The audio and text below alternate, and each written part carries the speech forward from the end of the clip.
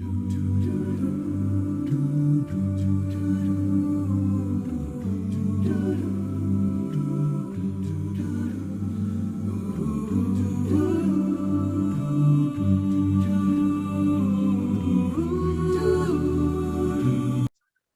formulas as well given in our formula sheet. So the first formulae that we have here in our formula sheet are for what? For an arithmetic progression. We call it an AP or an arithmetic sequence. So for us to get our nth term in the sequence, we use the formula A plus n minus 1 over D, where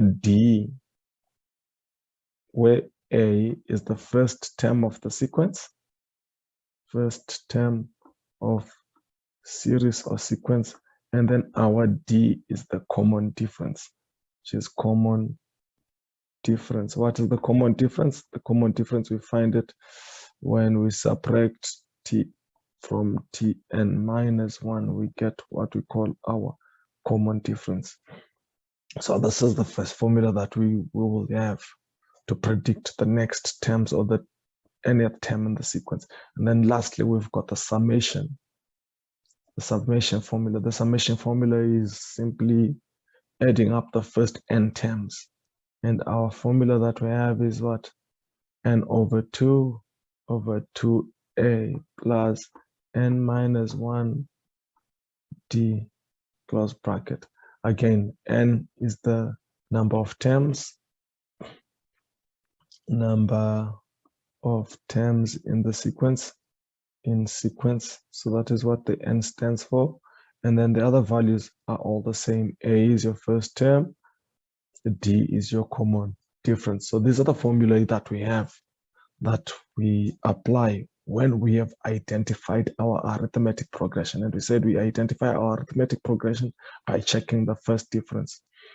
Do the consecutive terms, if we subtract the next term from the previous term, do they give us the same value? Then if they do, that means our first differences are the same and it's an arithmetic progression.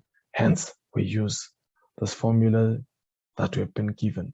So now let's move on to the next one, which is a geometric progression. We say the geometric progression is when we check our common ratio and we see that our common ratio R is the same. And we said R, we find it by what?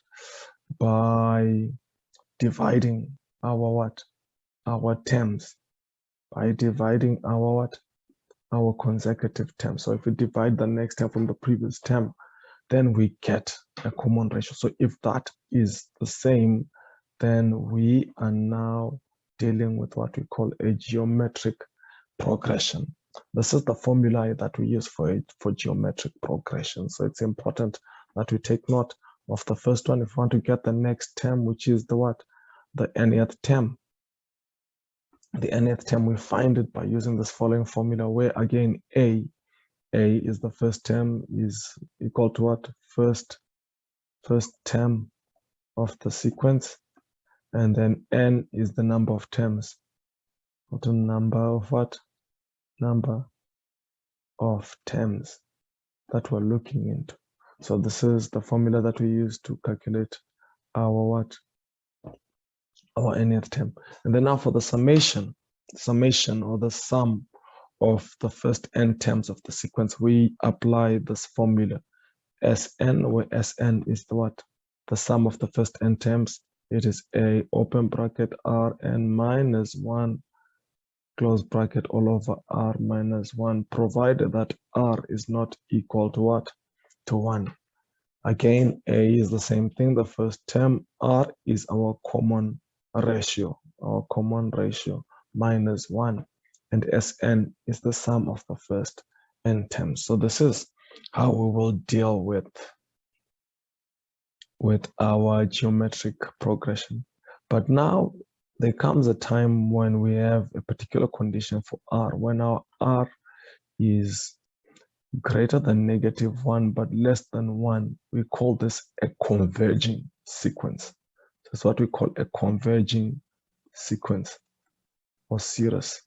That means as you add the numbers, up to infinity, the value or the sum of your sequence or the sum of your series approaches one particular value, a given value. So we say it's a converging sequence because all your values will be approaching a given value, as opposed to what we call a diverging sequence, whereby a diverging series is whereby the numbers basically spread away from a particular value and they diverge, they become more negative, or they approach positive infinity or negative infinity as you approach, as your n terms approach infinity. So I hope that is clear. So we call this a diverging sequence, whereby the number keeps on adding and adding up until it gets to an extreme value. While it's a converging sequence, all our numbers add up to a particular value, a particular constant value. You will get to understand this better when we do the examples. So here again, the nth term for this sequence is the same. We use the same formula, but now when we're summating the terms, when we want to add all the terms in the sequence, we now use this particular formula, and this is the condition for convergence. So this is how we will deal with our geometric sequences and the formulae involved.